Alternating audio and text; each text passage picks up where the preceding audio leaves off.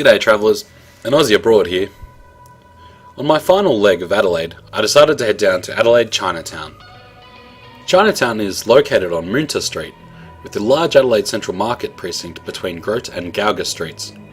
Two large Pai Thang gates, very similar to the Japanese Torii gates, are erected at opposite ends of Moonta Street and are guarded by Chinese lion statues which were donated by the Adelaide City Council and by the Chinese government. The first dozen Chinese labourers arrived from Singapore in Adelaide in 1847 to work as shepherds.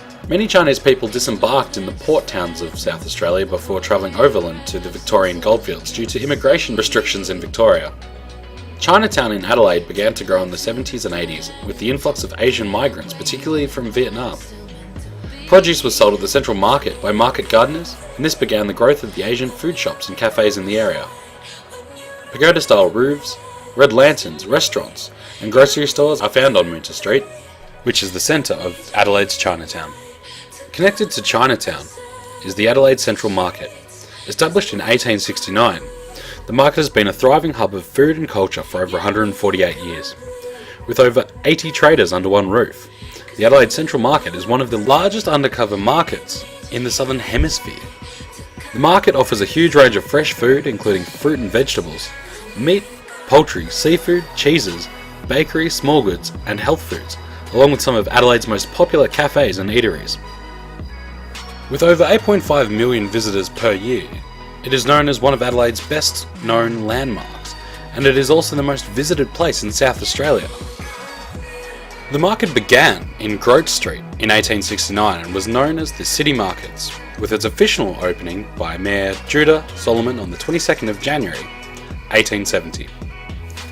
In 1869, land was bought in the present-day location of the markets for £2,600 for 3 town acres.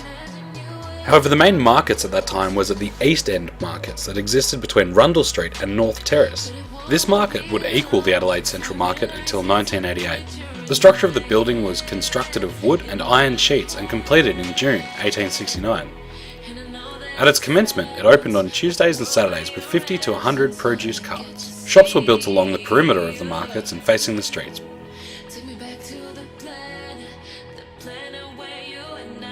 It's my last day in Adelaide. I go home tomorrow morning. I leave here at, I think it's 7 AM. I will be returning to Melbourne at 7 PM. I'll be taking the bus, and I don't know why it's going to be taking 12 hours to get there, considering it's only an 8-hour drive, and I know on the way here it was a 10-hour drive. Just be warned, when you come to Adelaide, it's nice for a week or so. You don't want to spend too long up here because you will run out of things to do. There are a lot of university-based things, such as there was a pub crawl on last night and everyone had Monopoly shirts on and the streets were absolutely packed. And it looked like a lot of fun.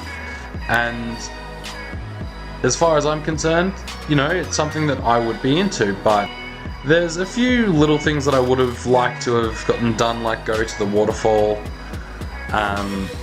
which, you know, it's not too far from here, but I just ran out of time with work and whatnot. But I've crossed off most things on my list, and I'm pretty happy with that. This is Ayers House. It's a modern name for a historic mansion in Adelaide, South Australia, on the North Terrace. It's named after Sir Henry Ayers, 5-time Premier of South Australia and wealthy industrialist who occupied it from 1855 until 1897. It is the only mansion on North Terrace to have survived. Plans for the historic 2-storey mansion, which for the greater part of its existence was named Austral House, were developed in 1846 for William Paxton, an Adelaidean chemist. In 1855, Sir Henry leased the property when it was a 9-room brick house. He transformed it into a mansion over a number of years during the 1860s, and is one of the first properties in Adelaide to be fitted with gas lighting. During Sir Henry Ayers' parliamentary service, the house was used for cabinet meetings, parliamentary dinners, and grand balls. Internally, the rooms of the mansion feature hand-painted ceilings, stenciled woodwork, and contain memorabilia from the Ayers family demonstrating the wealth of the owners of the time that it was built. Sir Henry also commissioned the building of a basement to allow him to escape the hot Adelaide summers. Ayers House is now the property of the South Australian Government, and for the last 45 years it has been used as a wedding and event centre and museum.